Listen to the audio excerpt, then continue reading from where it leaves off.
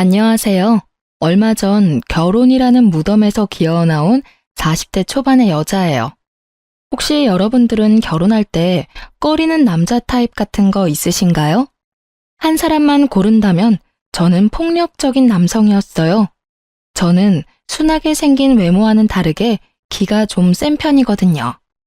둘이서 서로 치고받고 할지도 모르는 그런 타입이라 남자 사귈 때 꼭 술을 먹여서 확인했어요. 술 먹으면 보통 그런 숨겨진 성향이 나오는 법이니까요. 그런 제가 이혼 후에는 완전 달라졌어요. 마마보이, 그런 남자만 아니면 된다고 생각하고 있거든요. 여러분의 짐작대로 저와 이혼한 전 남편이 마마보이였어요. 처음에는 그런 느낌 따위는 전혀 없었죠. 솔직히 기가 좀 약한 편이긴 해도 뭐든 엄마에게 물어봐야 한다 그런 것도 없었거든요. 저는 제 성격을 감싸주고 이해해줄 수 있는 부드러운 남자를 원했고 전 남편이 그런 면에서는 저와 잘 맞았기에 결혼을 할 수 있었던 것 같아요. 저와 남편은 조금 특이하게 제 고객의 권유로 만나게 됐어요. 당시 저는 금융회사에서 일하고 있었고 고객은 저와 잘 어울릴 것 같다는 남자를 안다며 소개시켜줬죠. 그렇게 만난 게 남편이었어요. 나보다 5살이나 어린 남자여서 처음에는 깜짝 놀랐어요. 제 나이가 그리 젊은 나이가 아니어서 항상 속에는 40대의 남자들만 들어오곤 했거든요. 그러다 만난 젊은 남자를 보니 참 풋풋하고 좋더라고요. 예, 이때 제가 정신줄을 잘 잡고 있었다면 이런 사달은 일어나지 않았을지도 모르죠. 하지만 앞으로 이런 좋은 사람은 만나지 못할지도 모른다는 생각이 저를 그런 선택으로 이끌고 말았어요. 그래도 1년 동안 제 나름대로의 검증을 끝내고서야 남편과 결혼을 결심했어요. 그리고 시모와 처음으로 만나는 날 뭔가 쎄한 기분을 느꼈어요. 시모는 당시 혼자 일도 안 하고 살고 있었는데 집안이 무척 여유로운 느낌이더라고요. 일도 안 하는데 이만큼 여유로울 정도면 돌아가신 아버님이 유산을 많이 남겨주었겠다는 생각이 들었죠. 쎄한 기분은 시모 자체에서 나는 거였어요. 마치 저를 품평하는 듯한 눈빛에 사람을 아래로 보는 그런 시선까지 딱 제가 싫어하는 것들만 모아놓은 사람이 시모였어요. 솔직히 이렇게 유약한 남편에게 이런 시모가 있을 거라곤 상상도 못했었거든요. 시모는 저를 보더니 흡족한 듯 빨리 상견례 날을 잡으라고 하더군요. 어차피 결혼할 생각을 하고 있었기에 날짜를 잡기로 했죠. 그리고 상견례 날 시모는 저희 부모님과는 만나서는 집은 걱정하지 말아라. 자기가 집을 해주겠다 하셨어요. 그리고 무슨 일 생기면 도움도 많이 주겠다고 호언장담했죠. 당시에 저는 대학 졸업 후부터 혼자 살며 전세를 마련해 두었거든요. 방 한 칸부터 시작해서 지금은 방 3칸에 30평대쯤 되는 전셋집을 가지고 있었죠. 시모가 집을 해준다니 저는 전셋집을 팔아서 혼수를 하고 나머지 돈은 비상금으로 가지고 있으려고 했거든요. 그런데 결혼식이 다 되어가도록 시모는 집에 대해서는 아무 말도 않더라고요. 나중에 시모에게 직접적으로 물었더니 아들이 모아놓은 돈이 없으니 일단은 제가 살고 있는 전셋집에서 살고 있으라고 하더라고요. 그러고는 결혼 후까지 입을 싹 닫아버리더라고요. 그렇게 시모에게 사기 아닌 사기를 당하며 저의 결혼 생활은 시작됐어요. 결혼을 하면 우선 경제권을 어떻게 할지 결정하잖아요. 솔직히 저는 혼자 사는 것에 더 익숙해져 있어서 같이 살기 전까지 거기에 대해 생각해 본 적은 없었어요. 그리고 솔직히 제가 돈을 더 잘 벌기도 하니 경제권은 반만 합치는 게 더 좋다는 생각도 했거든요. 그래서 처음에는 생활비를 각자 차출하고 집 살 돈은 각자 지정된 금액을 정해서 마련하자고 합의를 봤어요. 그런데 결혼 후 6개월쯤부터 남편이 생활비 60만 원을 주지 않더라고요. 여보, 이번 달 생활비 안 들어왔어. 넣어줘야 할 것 같은데? 미안해, 잠깐만 기다려봐. 그러고 남편은 시모에게 전화를 하더라고요. 엄마, 60만 원만 붙여줘. 생활비 쓰려면 필요해서. 용돈은 이번 달에 다른 거 샀는데? 그럼 어떡하지? 남편이 저를 힐끗힐끗 쳐다보며 말을 하더군요.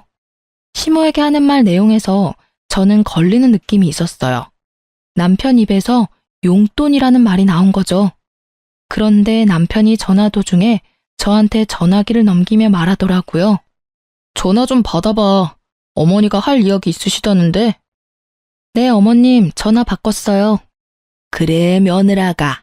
다른 게 아니라 우리 아들 월급은 내가 잘 관리하고 있거든.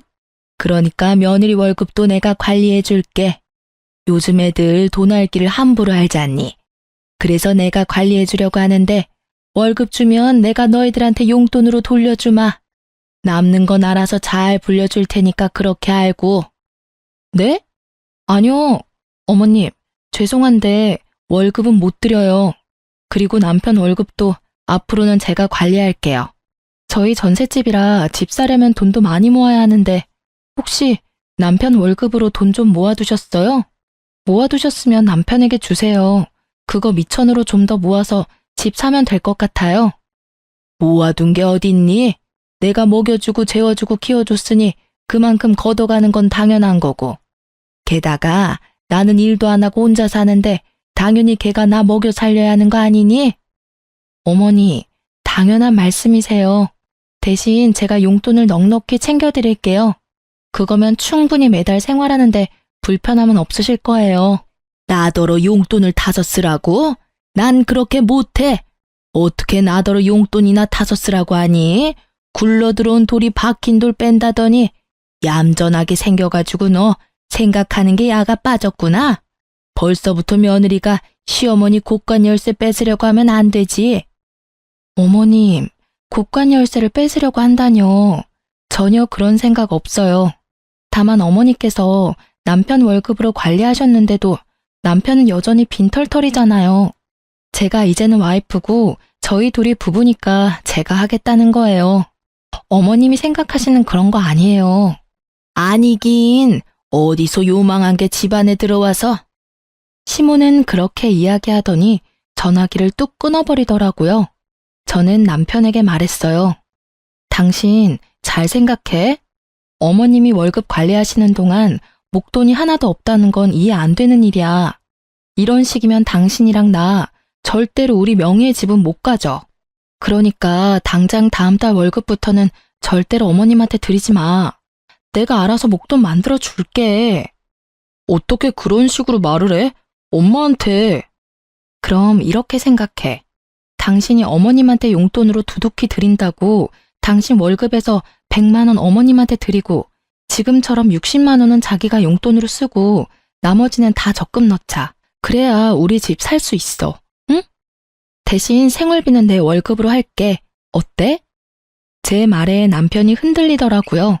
결국 제가 남편 월급을 관리하게 됐어요. 그리고 그 이후 시모가 전화와서는 쌍욕을 날리시더라고요. 네가 감히 나한테 이런 짓 하고도 무사할 줄 아니? 어디서 남의 돈을 뺏어가? 꼴랑 100만 원 주고 생색 내겠다 이거지? 생색이 아니에요. 그 정도 받으시면 생활은 가능하시잖아요. 큰 돈 드는 건 저희한테 말씀하시면 최대한 도와드릴게요. 그러니까 더 이상 남편한테 압박 넣지 마세요.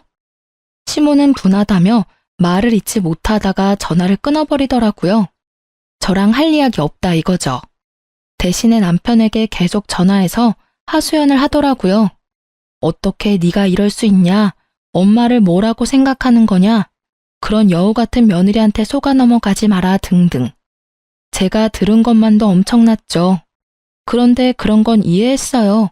어머니가 아들한테 하는 말이니까. 그런데 제가 참지 못할 일이 벌어졌어요. 그때는 남편 사촌의 결혼식이 있던 날이었어요. 좋은 날이었고 남편이 청첩장을 받아왔길래 시모도 갈 거라고 예상하고 시모가 내야 할 축의금까지 챙겨서 결혼식장으로 향했어요. 예식 전에 조금 일찍 도착한 저와 남편은 시모의 뒷모습을 보고 시모에게 걸어가고 있는 중이었어요. 그런데 가까이 가자 시모 목소리가 또렷하게 들리더라고요. 아유, 정말 미치겠어. 어디서 여우 같은 게 기어들어와서는 우리 아들을 완전히 망쳐놨지 뭐야. 게다가 집안도 꼴이 말이 아니야. 욕심이 얼마나 끝도 없는지. 욕심이 얼마나 끝도 없는지. 아니, 내가 아들 월급 착실히 관리해줬는데도 아들 월급을 싹 다 가져가 놓고는 세상에 용돈이랍시고 쥐꼬리만큼 주는 거 있지? 시모가 제 욕을 하고 있더라고요. 아주 시원하게 말이죠. 일가 친척 다 듣는 곳에서 며느리 흉보는 시모를 보고 있자니 자기 얼굴에 침 뱉는 꼴이라는 걸 전혀 모르고 계시더라고요. 그렇게 열심히 자기 무덤 파는 시모를 모른 척 하기에는 제 성격이 너무 더러웠죠. 어머님한테 돈 100만 원은 쥐꼬리만큼인가 보네요. 저희는 한 달 용돈으로 100만 원 드리는 것도 많이 드린다고 생각하고 있는데요. 솔직히 어머님이 용돈만 타가신 건 아니잖아요. 가전 고장나면 부르고 집안의 경조사 때도 돈 해달라고 그러시고 하다못해 공과금도 저희가 내드리잖아요. 뭐가 그렇게 못마땅하셔서 친척분들 다 계신 데서 이렇게 며느리 못난 점만 지적하고 계신지 저는 잘 모르겠네요. 네가 여긴 무슨 일이냐? 저희도 초대받아서 왔어요. 어머님이 알고 계실 거라고 생각하고 말을 안 드리긴 했는데 이렇게 어머님이 못마땅해 하는 점도 알게 돼서 어찌 보면 다행이기도 하네요. 마음에 쌓아두는 것보다는 역시 푸는 게 더 편하시죠? 틀린 말은 아니잖니. 난 평소 내가 생각한 대로 이야기한 거야. 다른 사람들도 네가 어떤 여자인지 제대로 알아야 하지 않겠니? 그래야 나처럼 당할 일도 없지. 마치 본인이 피해자라는 식으로 이야기하는 시모를 보니 너무 열이 받아서 미칠 것 같았어요. 결국은 참지 못하고 퍼부어버렸죠. 어머님이 그렇게 생각하신다니 유감스럽네요. 솔직히 저도 어머님에 대해서 하고 싶은 말은 많지만 꾹 참고 있었거든요. 솔직히 결혼 전에 집 한 채 해주겠다고 하시고는 결혼 후에는 돈 없다며 모른 채 하신 건 이해했어요. 그런데 저희 남편 월급 관리하시는데 그 많은 월급이 다 사라졌다는 건 좀 걱정스러운 일이잖아요. 지금 살고 있는 집도 제가 처녀 때부터 살던 전셋집인데 착실하게 모아두었다면 집 한 채 정도는 대출받아서 살 수 있었을 텐데 아쉽네요. 그래서 그때 어머님이 제 월급도 내놔라 했을 때 못 드린 거예요. 제 월급도 다 사라질까 봐요. 제 이야기에 그걸 듣고 있던 주변 지인분들이 모두 깜짝 놀란 얼굴을 하며 쑥덕거리더라고요. 걸어온 싸움을 마다하지 않는 게 제 성격이라 저도 시모의 험담에 험담으로 돌려준 것뿐이었어요. 제 말에 시모 얼굴이 익어버린 문어처럼 새빨갛게 변했어요. 저는 그걸 보고도 덤덤하게 한마디 덧붙였어요. 그리고 저는 적어도 남편 돈으로 적금은 넣어요, 어머님. 적금 하나 없이 장가 보내신 건 어머님이시고요. 그래서 지금 제가 처녀 쪽부터 살던 전셋집 신세 아직도 지고 있잖아요. 저희를 그렇게 만든 어머님이 제 탓을 하시는 건 좀 아니지 않나 싶네요. 결국 시모는 그 자리를 참지 못하고 떠났어요. 저는 수군거리는 사람들을 뒤로 하고 축의금 내는 곳으로 가 남편 봉투와 시모 봉투를 같이 줬어요. 뒤에서 사람들 말이 다 들리더라고요. 시모를 파렴치하다 말하는 사람들이 많았어요. 아들 돈 가져다 뭐에 썼냐며 의문을 가지는 사람도 있었고요. 그렇지만 저에 대한 소리도 들었죠.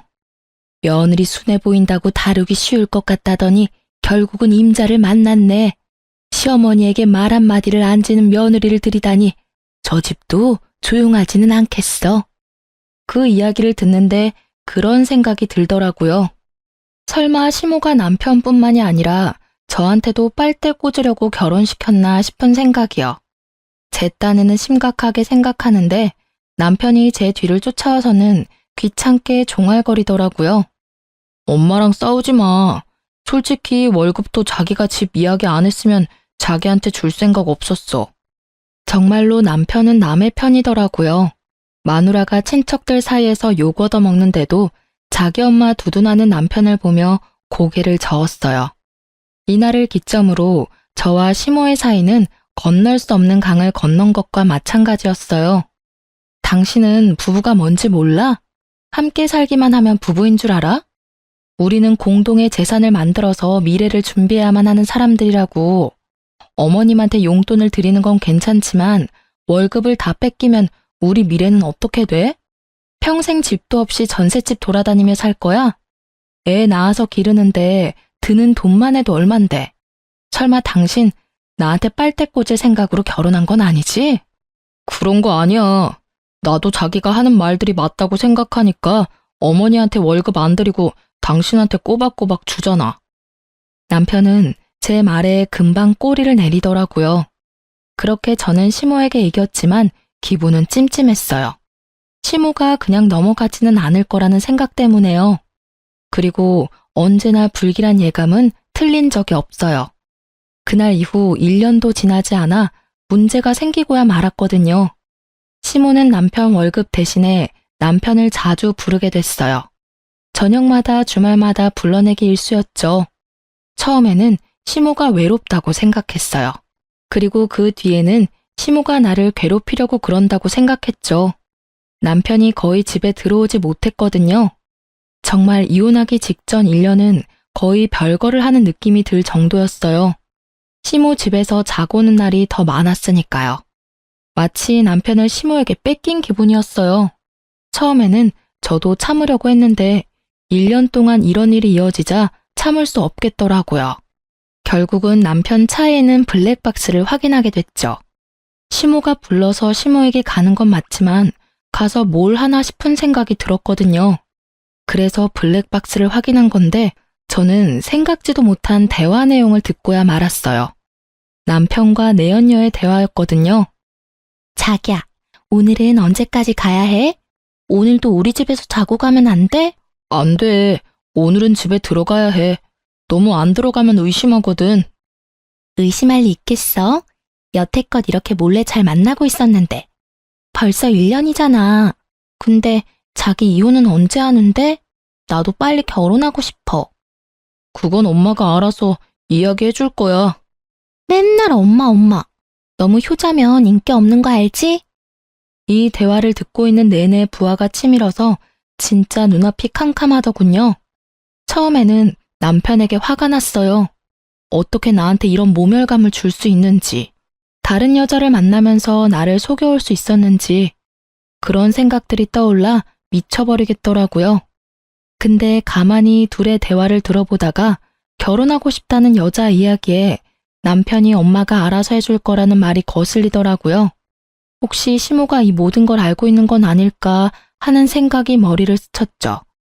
냉정하게 생각해보면 남편처럼 마마보이에 우유부단한 사람이 먼저 나서서 불륜을 저지를 일은 없을 거잖아요. 엄마 말이라면 찍소리도 못하는 이 남자를 움직일 수 있는 건 오직 시모뿐이라는 생각도 들었고요.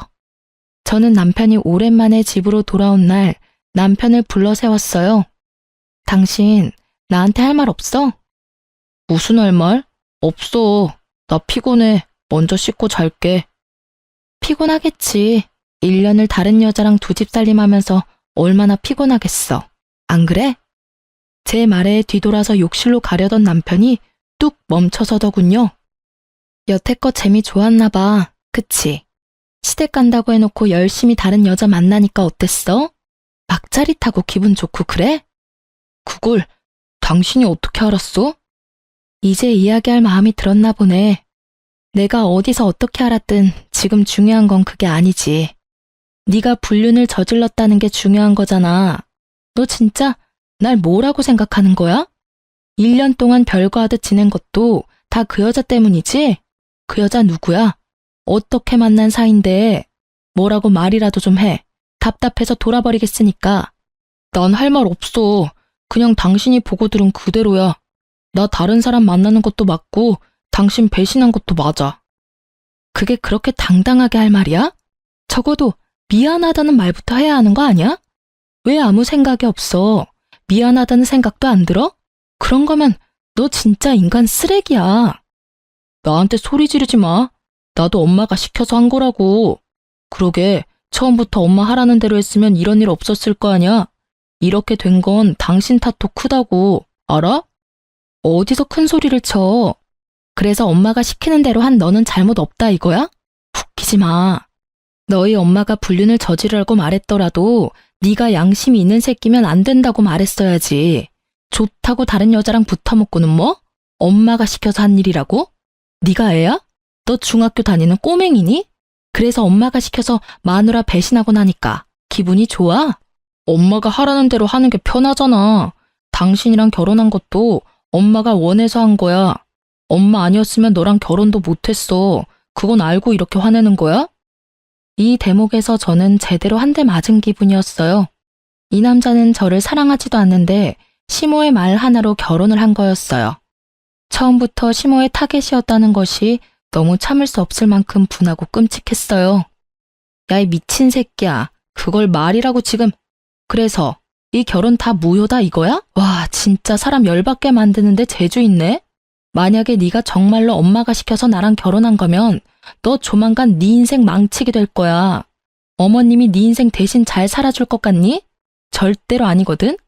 그런 거였으면 널 땡전 한 푼 없이 장가 보내는 짓도 하지 않았겠지. 네 월급이 여태껏 어디로 갔는지 궁금하지도 않아? 네 어머니가 널 그런 식으로 망치고 있는데도 끝까지 엄마. 그리고 네가 이딴 식으로 행동하면서도 죄책감 하나 안 드는 이유는 어머니가 시켜서 하고 있어서라는 핑계 때문이겠지만 나한테 실제로 상처 준 사람은 너야. 나쁜 놈은 너라고. 저는 남편과 대화를 할수록 열이 받는 걸 참을 수 없었어요. 다 됐고 우리 이혼해. 사랑도 없고 정도 없고 우리 사이에 뭐가 남았어? 만나는 여자랑 잘해봐. 대신 나는 당신 유책 배우자로 이혼 소송할 거니까 그렇게 알고 있어. 하긴 당신한테 이혼 말해서 뭐해?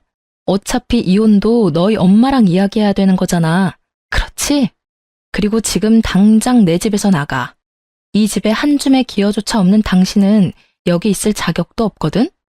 나갈 때 내가 준 건 다 놔두고 네가 가지고 온 것들만 두고 나가. 남편은 주섬주섬 물건들을 챙기더니 미안한 기색도 없이 집에서 나가더라고요. 그 뒤통수를 보니 열받더라고요. 그런데 1시간쯤 뒤에 시모에게 전화가 오더라고요. 남편이 시댁에 가서 다 말했구나 싶어서 전화를 받았죠. 그래, 나다. 너희 이혼하기로 했다면서? 잘 생각했다. 내가 봐도 너희 잘 안 어울려. 그러니까 앞으로 아들 월급은 가져갈 생각하지 마. 알았니? 지금 그걸 말이라고 하세요? 따지고 보면 이 이혼도 어머님이 다 만든 거잖아요. 남편이 자기 입으로 이야기 다 했어요. 이 여자도 어머님이 소개해줬다고. 어떻게 아들을 불륜남으로 만들어서 이혼시킬 수가 있어요? 그게 안 되는 이유라도 있니? 지가 싫었으면 그렇게 안 하면 될 일이었어. 그런데 좋다고 다른 여자 만난 거 보면 너하고 같이 살기가 싫었나 보지. 난 그렇게 생각해.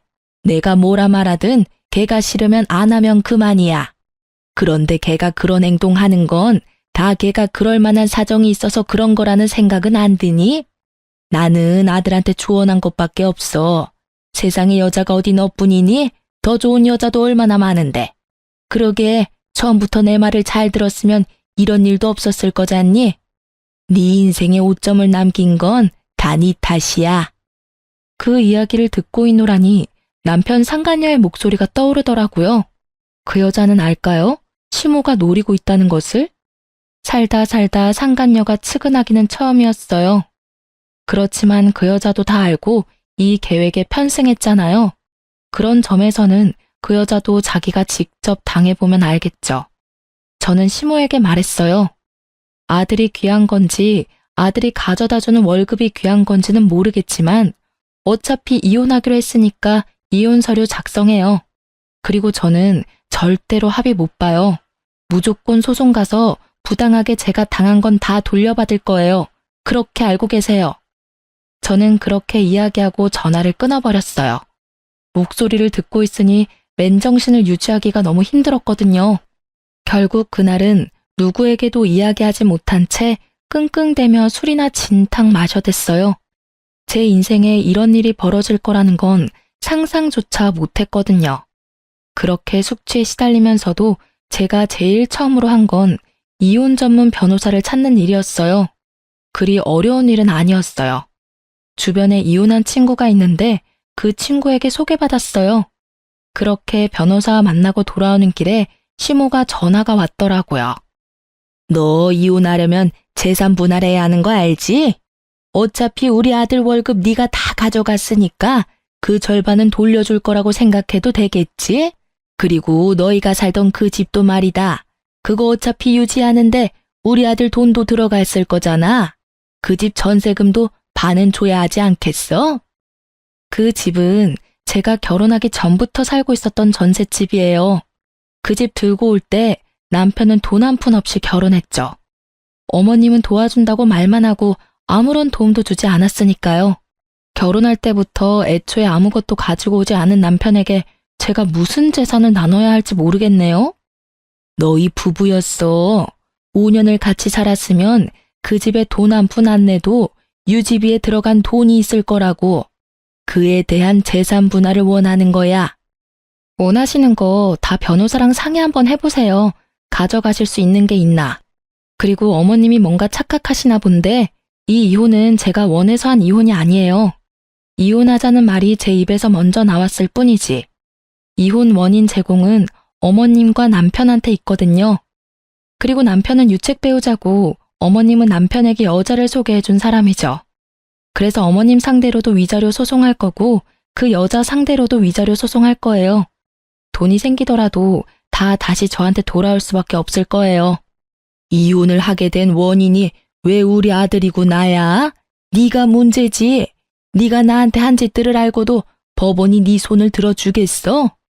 그러니까 다 법대로 하시자고요. 저는 더 이상 어머님하고 할 말 없어요. 뭘 알고 계셔야 답이라도 하지. 아무것도 모르고 계시는데 무슨. 변호사랑 상의하세요. 전화를 끊고 나니 화딱지가 나더군요. 이혼하게 된 것도 열받고 짜증나는데 제가 가진 재산마저 반으로 나누자니 더 열받더라고요.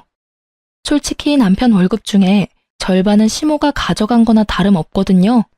남편 월급이 여태 어떻게 쓰였는지 알면 도리어 나한테 돈을 줘도 모자랄 판이건만. 그렇게 시모와의 전화통화를 끊었는데 모르는 번호로 전화가 오더라고요.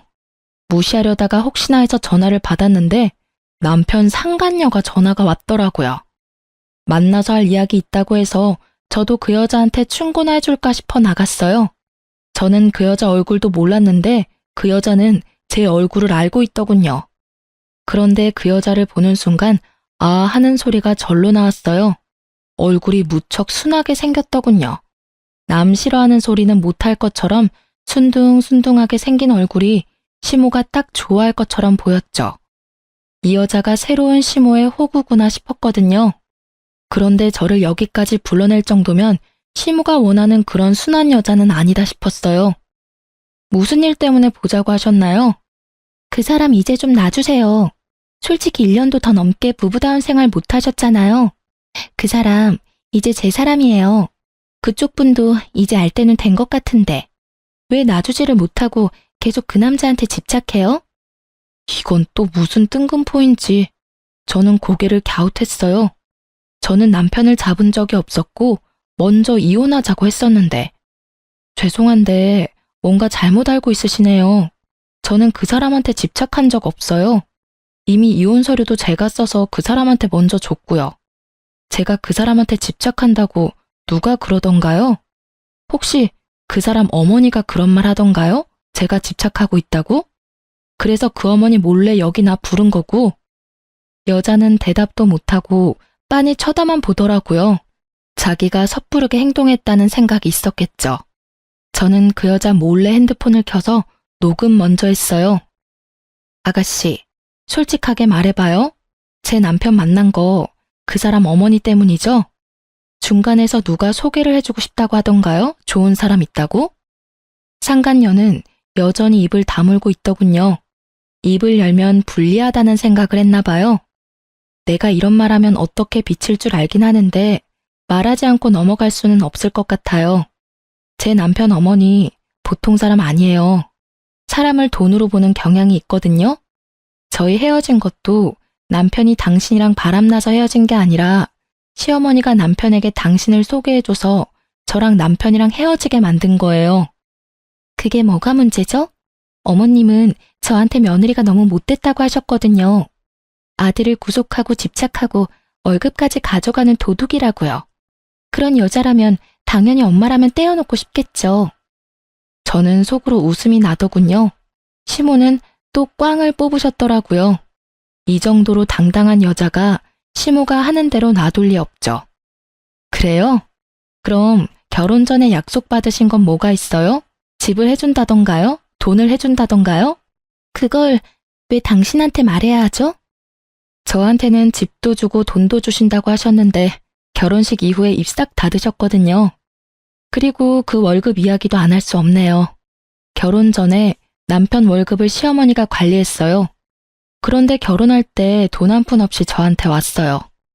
어머니가 관리해 주셨다면 당연히 목돈이 있어야 하는데 한 푼도 없는 것이 이상하다 싶었는데 다 쓰셨더라고요.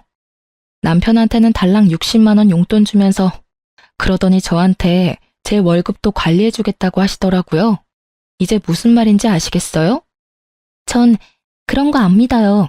솔직히 헤어지는 마당에 무슨 말인들 못하겠어요. 그냥 이혼이나 빨리 해줘요. 저한테 이상한 이야기 하지 마시고요. 이혼은 소송 들어갈 거예요. 그리고 이런 이야기 일부러 해주는 거예요. 충고. 당신은 나처럼 되지 말라는 충고. 그 시어머니 본성 알면 결혼 생각도 못 할 텐데. 용감하시네요. 저는 그 집안 사람들에게 두 손 두 발 다 들었으니 당신은 잘해보세요. 또 모르죠. 말 잘 들으면 길게 갈지도. 조언을 해준데도 들을 생각이 없는 상간녀를 보며 저는 미련 없이 자리 떠났어요. 상간녀의 눈빛에 가득한 불신의 기운이 참으로 안타깝게 느껴지긴 했죠. 하지만 상간녀가 남편이 유부남인 거 알고 만났다는 증거만 있으면 저야 앞으로 그녀에게 일어날 일들 같은 건 신경도 안 쓰이니까요. 이미 충고해줬는데도 들을 생각 없으니 자기 팔자인 거죠. 그렇게 상간녀와 헤어지고 저는 이혼 소송에 집중했어요. 사실 남편 앞으로 모아둔 목돈이 있었거든요. 남편 월급 중에 시모에게 들어가는 돈과 남편에게 들어가는 돈을 제외한 나머지 돈은 모조리 저축해 두었는데 그게 참 아깝다는 생각이 들었어요. 왜냐면 제 월급은 오롯이 생활비로 다 빠져나갔거든요. 그래서 돈을 모을 틈이 없었어요. 시모와 남편은 그 돈의 존재를 알고 나서는 그 돈 내놓으라며 난리였어요. 통장 비밀번호를 제가 알고 있었거든요. 저는 일단 그 통장 비밀번호를 남편에게 알려줬어요. 거의 5천만 원 정도였는데 남편에게는 이야기했죠. 시모에게 이 돈 주면 당신은 이 돈 만져보지도 못하고 날릴 거라고요. 그랬더니 잘 가지고 있는 모양이더라고요. 제가 이런 일을 한 이유는 따로 있었어요. 이혼 소송이 끝나고 판결이 났는데 제가 그 목돈을 다 가져오게 됐거든요. 시모에게 뺏기면 본전도 못 찾을 것 같아서 남편에게 그렇게 말해뒀는데 어찌 잘 돼서 그 돈은 그대로 저에게 돌아오게 됐어요. 이유는 그거였어요. 일단 남편이 유책 배우자라서 제게 위자료를 지급하라는 판결이 났고요. 남편과의 재산 분할에서도 실질적인 결혼 생활이 얼마 되지 않아서 결혼 전 가지고 온 재산은 재산 분할에 속하지 않았기에 전세금은 남편에게 주지 않아도 됐었어요. 다만 결혼 후에 만들어진 재산인 남편 명의의 목돈은 저도 나눠 가지게 됐거든요. 그리고 저는 상간녀 위자료 소송이랑 시모에게도 위자료 소송을 진행했어요. 저희 혼인의 파탄이 시모에게도 있다는 점을 이용했거든요. 결국 남편과 상간녀 시모에게는 위자료 폭탄이 떨어진 셈이었죠. 그래도 남남이 되니 오히려 마음이 편하더라고요. 그렇게 이혼이 완료되고 나서 남편은 바로 재혼했어요. 제가 주의를 줬는데도 남편과 결혼을 덥석해버린 상간녀의 소식이 너무 궁금해서 그 뒤에 수소문을 봤거든요. 알고 보니 상간녀도 시모에게 집을 해주겠다는 이야기를 들었다고 하더라고요. 시모도 해주려는 생각은 있었을지도 모르죠. 남편이 저와 이혼하면서 나누게 될 재산으로요. 그런데 막상 뚜껑 열고 보니 도리어 저한테 돈을 줘야 하는 상황이 되었잖아요. 결국 상간녀에게 시댁에 들어와 살라고 했대요. 그러고는 저와 비슷한 순서로 일이 진행됐더라고요. 그 여자는 저보다 더 심했죠. 같이 살아야 했잖아요. 그리고 상간녀 위자료도 저한테 줘야 했으니 남편 월급 떼이는 거 확인하고서야 아차 싶었나 보더라고요. 자기 월급까지 달라는 시모를 피하는 게 힘들었는지 결국은 남편과 빛과 같은 속도로 이혼했다고 하더라고요. 그렇게 될 줄 알고 충고까지 해줬건만 결국 몇 달 못 살고 헤어질 거 뭐하러 결혼까지 했을까 싶었어요. 그것도 자기 팔자인 거죠. 전 남편은 두 번째 이혼 이후에 술을 먹고는 저를 찾아왔더라고요. 당신이 다 옳았어. 엄마가 나를 망치고 있었어. 내 인생은 이제 완전히 망가졌다고. 왜 여기 와서 이런 소리 해? 나 이제 당신 와이프 아니야. 당신도 내 남편 아니고. 그럼 누구한테 가서 이야기해? 두 번째 와이프는 석 달 만에 이혼하자고 하고는 아예 도망치듯이 나가버렸어. 게다가 나는 빈털털이고. 당분간은 위자료 때문에 계속 돈이 나가겠지. 그 여자 위자료도 내가 내주고 있었거든. 근데 어쩌나? 나 얼마 전에 회사 그만뒀거든. 그래서 당신한테 위자료 지급 못할 수도 있어. 회사를 그만둬? 뭐 때문에? 나 회사에 소문이 다 났어. 이혼하고 바로 결혼한 것도 소문거리였는데 재혼 후 바로 이혼한 것도 소문 확 퍼지더라. 결국은 사람들 수군거리는 소리가 너무 무서워서. 다른 직장 찾으면 되지. 뭘 고민하는데? 왜 고민이냐고? 일을 하면 뭘 해? 엄마가 계속 사고를 쳐대잖아. 얼마 전에는 내 앞으로 대출까지 받아서 쓰셨더라. 뭐 하느라 그만큼 대출 받았냐고 물었더니 옷 사고 가방 사고 액세서리 사고 품위 유지하려면 돈이 많이 든대. 나는 빚 때문에 허덕이는데. 그래서 내가 월급 맡기지 말라고 했잖아. 그러니까 당신 말이 하나부터 열까지 다 옳았더라고. 난 여태까지 엄마가 해주면 다 편하다고 생각했거든. 그런데 이렇게 계속 실패를 하다 보니 그게 편한 게 아니라 도피였다는 생각이 들더라고. 나한테 진정으로 옳은 이야기 해준 사람은 당신뿐이었거든. 그래서 말인데 우리 다시 시작해보지 않을래? 나 당신이 원하면 엄마랑도 인연 끊을 수 있어. 그건 절대로 안 돼. 아니 못해. 나는 다시 그런 일 겪고 싶은 마음 없어. 그리고 이렇게 내가 당신이랑 이야기하고 있다고 내가 당신을 용서했다고 착각하지 마. 나는 죽을 때까지 내 인생에 오점 남긴 당신 용서 못해. 냉정한 제 말에 전 남편도 흠칫하더라고요. 어디서 다시 잘해보자는 소리를 할 수 있는지. 지가 한 짓은 생각도 안 하고 엄마 탓만 하는 그런 면은 여전하더라고요. 그렇게 전 남편을 보내고 그야말로 평온한 시간을 보냈어요. 솔직히 완전 평온하지는 않았죠. 이혼하신 분들은 아시겠지만 수많은 사람의 관심 대상이 되거든요. 그런 관심이 사그라져 들 때쯤 전 시모와 우연히 길에서 만난 적이 있어요. 친정이 시댁과 가까웠거든요. 애써 무시하고 지나가려 했더니 저를 붙잡더라고요. 너 우리 아들한테 도대체 무슨 짓 했어? 걔가 그렇게 험한 소리 할 줄 아는 애도 아니었고 무엇보다 나를 탓할 아이는 절대 아니었다고. 그런데 너하고 이야기하고 나서 우리 집에 오더니 내 탓하며 짐 다 싸서 나가버렸어. 지금 몇 달째 연락도 되지 않아. 그걸 저한테 물으시면 어떡해요? 그거야말로 어머님이 잘 알고 계실 텐데요. 사람이 집을 나갈 정도면 당연히 같이 살고 있는 사람이 원인이지 않을까요? 어머님이 뭔가 했으니 그 사람이 도망갔겠죠. 거기에 저를 끼워 넣으시는 건 너무하시네요. 이제 완전 남인데. 네가 아니면 걔가 그렇게 변할 이유가 뭐가 있어? 하여튼 여전히 기분 나쁜 애야. 어떡하다 이런 애하고 엮여서는. 너랑 우리 아들 결혼하고 뭐 하나 잘 되는 게 없어. 너한테 나쁜 물이 들어서 월급도 안 주고 싹 다 가져가 버렸잖아. 그러게 용돈 받으면서 살 때 잘하시지 그러셨어요. 그랬으면 이혼할 일도 없었고 착실히 돈 모아서 호강시켜 드렸을지도 모르는데. 두 번째 며느리는 잘 지내고 있나 모르겠네요. 얼마 전에 이혼했다는 이야기는 들었거든요. 아들이 처복이 없어.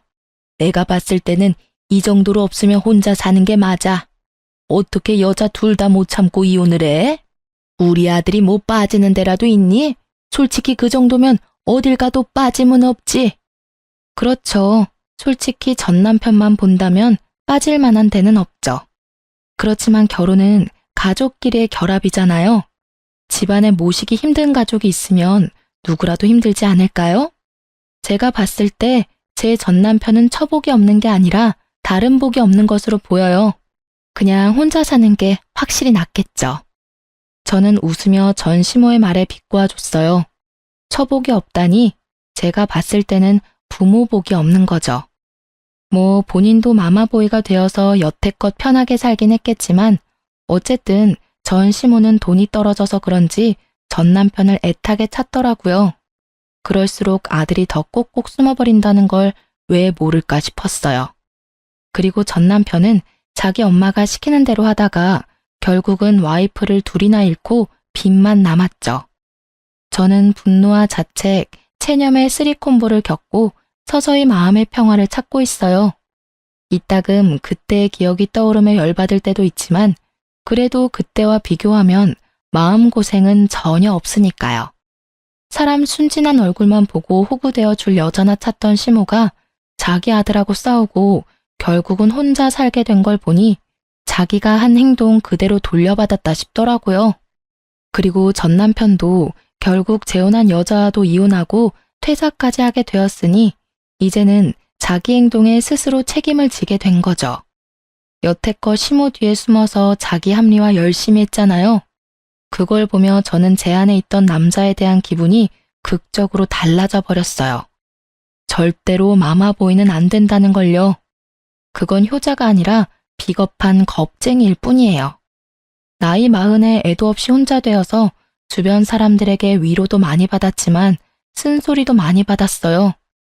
늙어서 혼자 살면 볼품없다, 없어 보인다. 이런 이야기를 듣는 것도 이제는 아무렇지 않을 만큼 단단해졌다고 생각해요.